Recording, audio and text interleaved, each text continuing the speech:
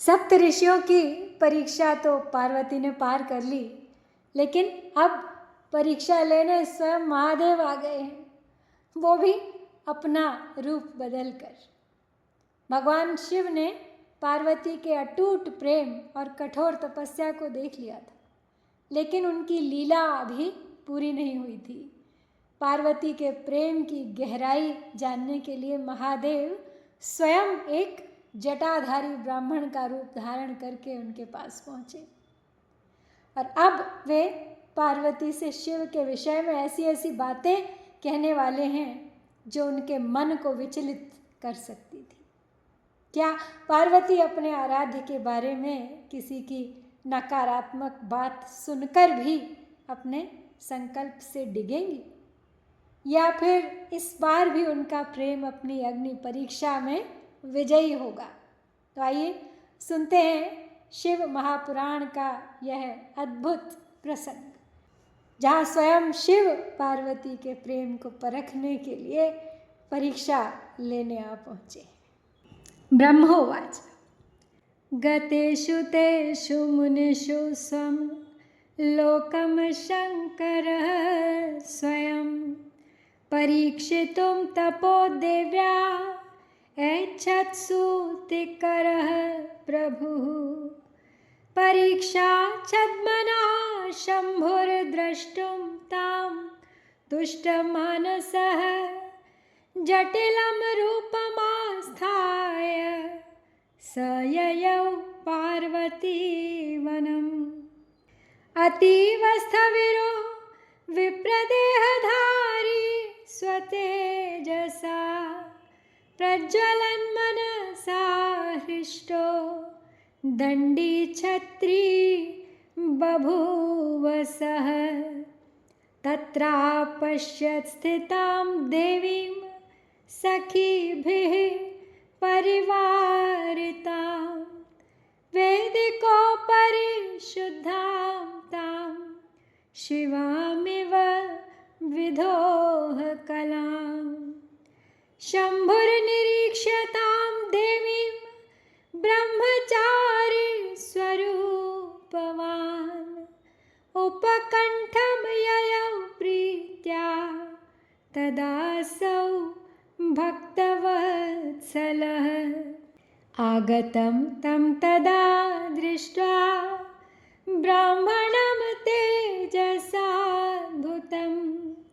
अपूजयत् शिवा देवी सर्वपूजोपहारकैः सुसत्कृतं संविधाभिः पूजितं परया मुदा पार्वती कुशलं प्रीत्या पप्रच्छ द्विजमादरा।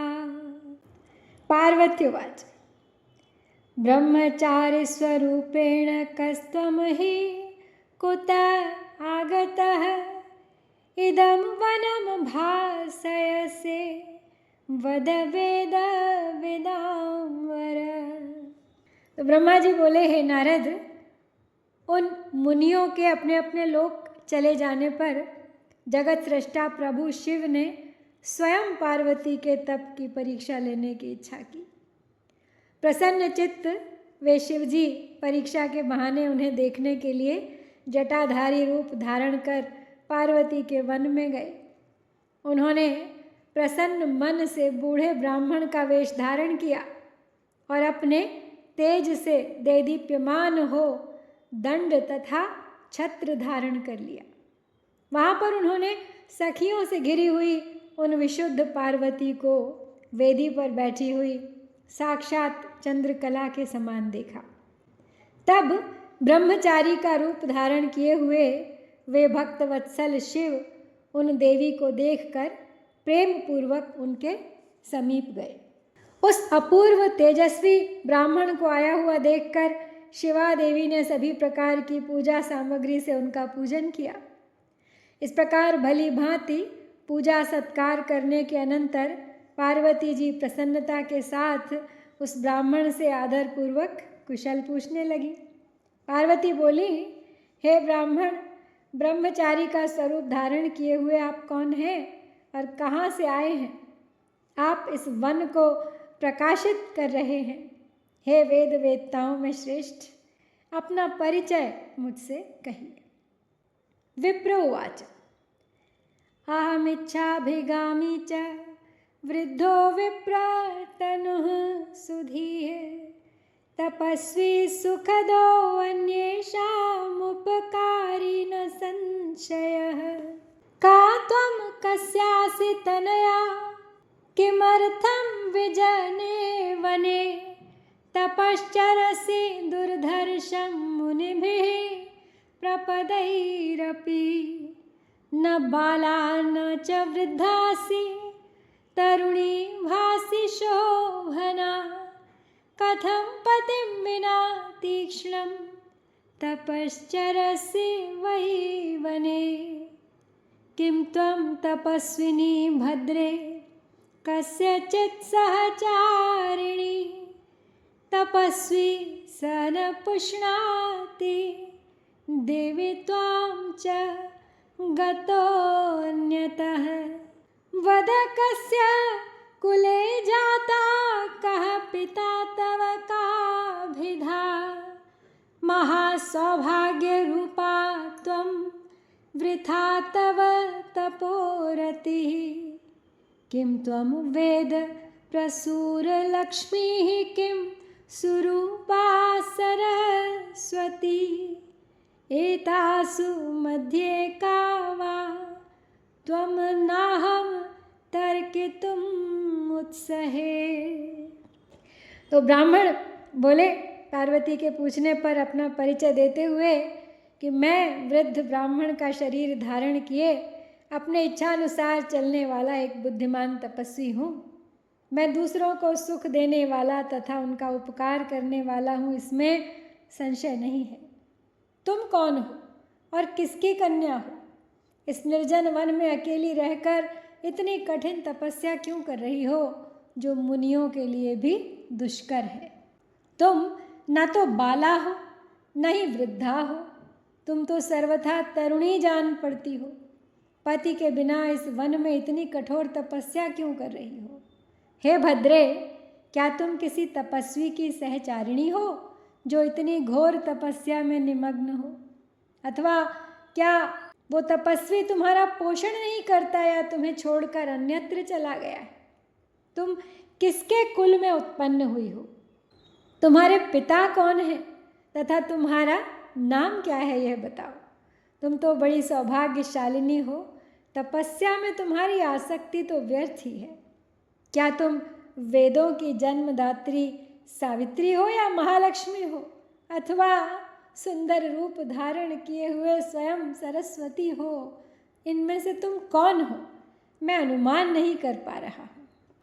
पार्वती उवाच नाहं वेद प्रसूर विप्र न लक्ष्मीश्च सरस्वती अहं हिमाचलसुता साम्प्रतं नाम पार्वती पुरा दक्षसुता जाता सती नामान्य जन्मनि योगेन त्यक्तदेहाहं यत्पित्रा निन्दितः पतिः अत्र जन्मनि सम्प्राप्तः शिवोऽपि विधिवैभवात् मां त्यक्त्वा भस्मसात्कृत्य मन्मथं स जगामः प्रयाते शङ्करे तापोद्विजिताहं पितुर्गृहात् आगता तपसे विप्र सुदृढा स्वर्णनदीतटे कृत्वा तपः कठोरं च सुचिरं प्राणवल्लभं न प्राप्याग्नौ विविक्षन्ति त्वां दृष्ट्वा संस्थिता क्षणं गच्छ त्वं प्रविशाम्यग्नौ शिवेनाङ्गीकृता नहि यत्र यत्र जनुर्लप्स्ये वरिष्यामि शिवं वरम। तो तो पार्वती बोली, हे विप्र, ना तो मैं सावित्री हूँ, ना महालक्ष्मी और ना ही सरस्वती ही हूँ। मैं हिमालय की पुत्री हूँ और मेरा वर्तमान नाम पार्वती है। पूर्व जन्म में मैं दक्ष की कन्या थी। उस समय मेरा नाम सती था। मेरे पिता ने मेरे पति की निंदा की थी, इसलिए मैंने योग मार्ग का अवलंबन कर अपना शरीर त्याग दिया था। मैंने इस जन्म में भी भाग्यवश शिवजी को ही प्राप्त किया, परंतु वे कामदेव को जलाकर मुझे छोड़कर चले गए। हे विप्र, शंकर जी के चले जाने पर मैं कष्ट से उद्विग्न हो गई और तप के लिए दृढ़ होकर पिता के घर से गंगा के तट पर चली आई। बहुत समय तक कठोर तपस्या करने के बाद भी मेरे प्राण वल्लभ सदाशिव मुझे प्राप्त नहीं हुए। इस कारण मैं अग्नि में प्रवेश करना चाहती थी, किंतु आपको देखकर क्षण मात्र के लिए रुक गई। अब आप जाइए। शिवजी ने मुझे अंगीकार नहीं किया, इसलिए मैं अब अग्नि में प्रवेश करूंगी। मैं जहाँ जहाँ जन्म लूँगी वहाँ भी शिव को ही वर रूप में प्राप्त करूंगी। ब्रह्मोवाच इत्युक्त्वा पार्वती वहनौ तत्पुरः प्रविवेश सा निषिध्यमाना पुरतो ब्राह्मणेन पुनः पुनः वहनि प्रवेशं कुर्वत्याः पार्वत्यास्तत्प्रभावतः बभूव तत्क्षणं सद्यो वहनिश्चन्दन पंकवत् क्षणं तदन्तरे स्थित्वा ह्युत्पतन्तीं दिवं द्विजः पुनः पप्रच्छ सहसा विहसन् सुतनुं शिवः।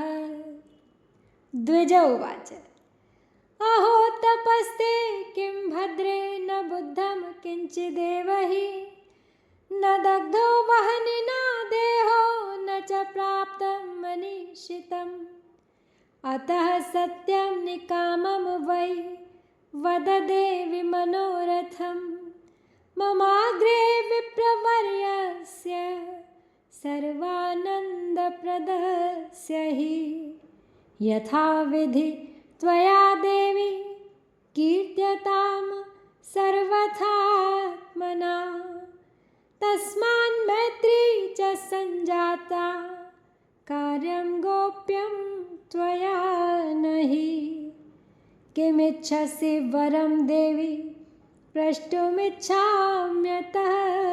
परं त्वय्येव तदसौ देवी फलं सर्वं प्रदृश्यते परार्थे च तपश्चेद्वै तिष्ठेत्तु तप एव तत् रत्नं हस्ते समादाय हित्वा काचस्तु सञ्चितः ईदृशं तव सौन्दर्यं कथं व्यर्थीकृतं त्वया हित्वा वस्त्राण्यनेकानि चर्मादि च धृतं त्वया तत्सर्वं कारणं ब्रूहि तपसस्त्वस्य सत्यतः तच्छ्रुत्वा विप्रवर्योऽहं यथा हर्षमवाप्नुयाम्। ब्रह्मा जी बोले, इस प्रकार कहकर पार्वती ब्रह्मचारी द्वारा बारंबार निषेध करने पर भी अग्नि में प्रवेश कर गई। पार्वती के अग्नि में प्रवेश करते ही उनकी तपस्या के प्रभाव से वो अग्नि उसी समय शीघ्र ही चंदन के समान शीतल हो गई। क्षण भर अग्नि में रहने के बाद ज्यों ही वे द्युलोक जाने को उद्यत हुई, तब विप्ररूप शिव हंसते हुए उन सुंदरी से सहसा पूछने लगे। द्विज बोले, हे भद्रे, तुम्हारी ये कैसी तपस्या है? मुझे तो तुम्हारी इस तपस्या का कुछ भी फल नहीं जान पड़ता। इस अग्नि ने तुम्हारे शरीर को भी नहीं जलाया और तुम्हारा मनोरथ भी प्राप्त नहीं हुआ। इसलिए हे देवी, सब प्रकार का आनंद प्रदान करने वाले मुझ विप्रवर के सामने तुम अपना मनोरथ ठीक से कहो। हे देवी, तुम पूर्ण रूप से इस बात को यथाविधि कह दो। परस्पर बातचीत से हमारी तुम्हारी मित्रता हो गई, अतः तुम्हें इस बात को गोपनीय नहीं रखना चाहिए। हे देवी, इसके पश्चात मैं पूछना चाहता हूँ कि तुम कौन सा वरदान चाहती हो। मुझे सारे वरदान का फल तुम ही में दिखाई पड़ रहा है। ये तपस्या यदि तुमने दूसरे के लिए की है तो वह सारा का सारा तुम्हारा तप व्यर्थ हो गया और तुमने हाथ में रत्न को लेकर के उसे खोकर पुनः कांच धारण कर लिया है। इस प्रकार की अपनी सुंदरता तुमने व्यर्थ क्यों कर दी? अनेक प्रकार के वस्त्र त्याग कर तुमने यह मृग चर्म क्यों धारण कर लिया? इसलिए तुम इस तपस्या का सारा कारण सत्य सत्य बताओ, जिससे कि उसे सुनकर ब्राह्मणों में श्रेष्ठ मैं प्रसन्नता प्राप्त करूं। ब्रह्मोवाच इति पृष्ठा तदा तेन सखीं प्रेरयताम्बिका तन्मुखेनैव तत्सर्वं कथयामास सुव्रता। तया च प्रेरिता तत्र पार्वत्या विजयाभिधा प्राणप्रिया सुव्रतज्ञा सखी जटिलमब्रवीत्। सख्योवाच शृणु साधो प्रवक्ष्यामि पार्वती चरितं परं हेतुं च तपस्सर्वं यदि त्वं श्रोतुमिच्छसि। सखी मे गिरिराजस्य सुतेयं हिमभूभृतः ख्याता वै पार्वती नाम्ना तस्या मातास्ति मेनका।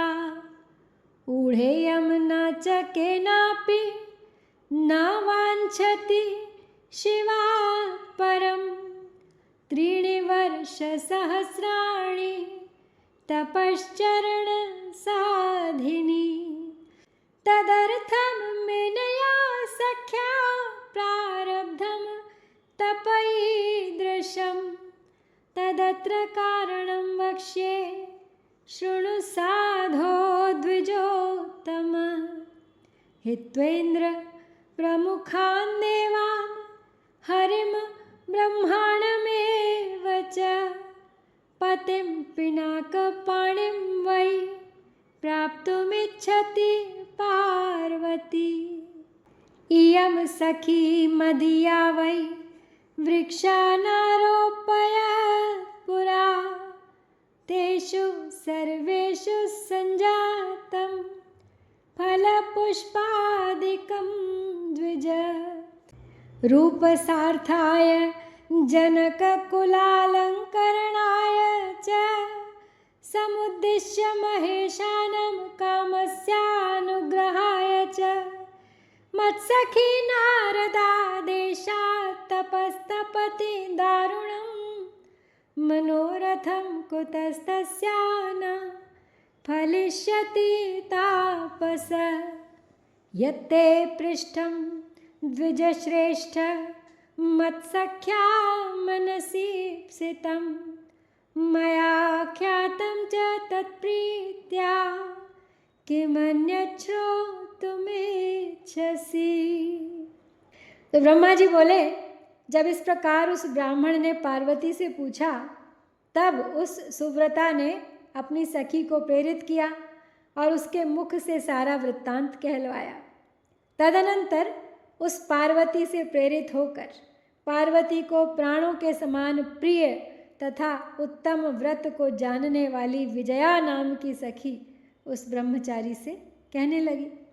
सखी बोली, हे साधु, यदि आप इस पार्वती का श्रेष्ठ चरित्र एवं इसकी तपस्या का समस्त कारण जानना चाहते हैं तो मैं उसे कहूँगी, आप सुनिए।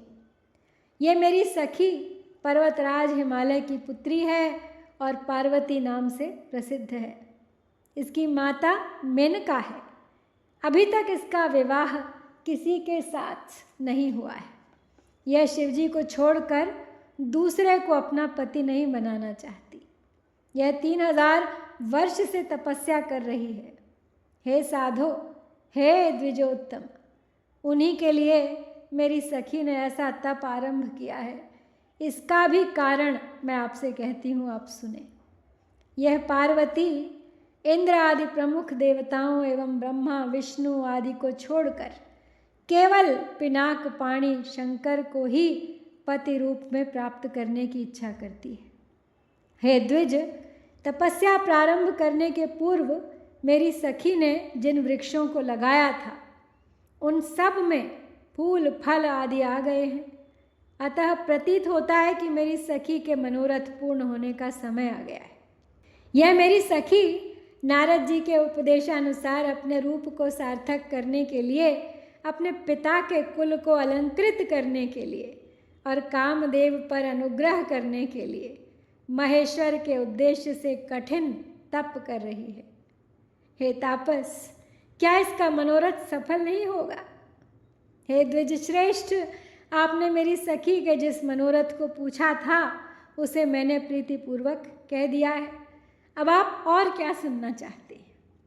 ब्रह्मोवाच इत्येवं वचनं श्रुत्वा विजयाया यथार्थतः मुने स जटिलो रुद्रो विहसन् वाक्यमब्रवीत्। जटिल उवाच सखेदं कथितं तत्र परिहासो अनुमीयते यथार्थं चेत् तदा देवी स्वमुखे नाभिभाषताम्। ब्रह्मोवाच इत्युक्ते च तदा तेन जटिलेन द्विजन्मना उवाच पार्वती देवी स्वमुखेनैव तं द्विजम्। तो ब्रह्मा जी बोले, हे मुने, विजया की इस यथार्थ बात को सुनकर वे जटाधारी रुद्र हंसते हुए कहने लगे। तो जटिल यानी जटाधारी ब्राह्मण बन के जो शिव आए हुए हैं बोले कि सखी के द्वारा जो ये कहा गया है वो तो परिहास मालूम पड़ता है।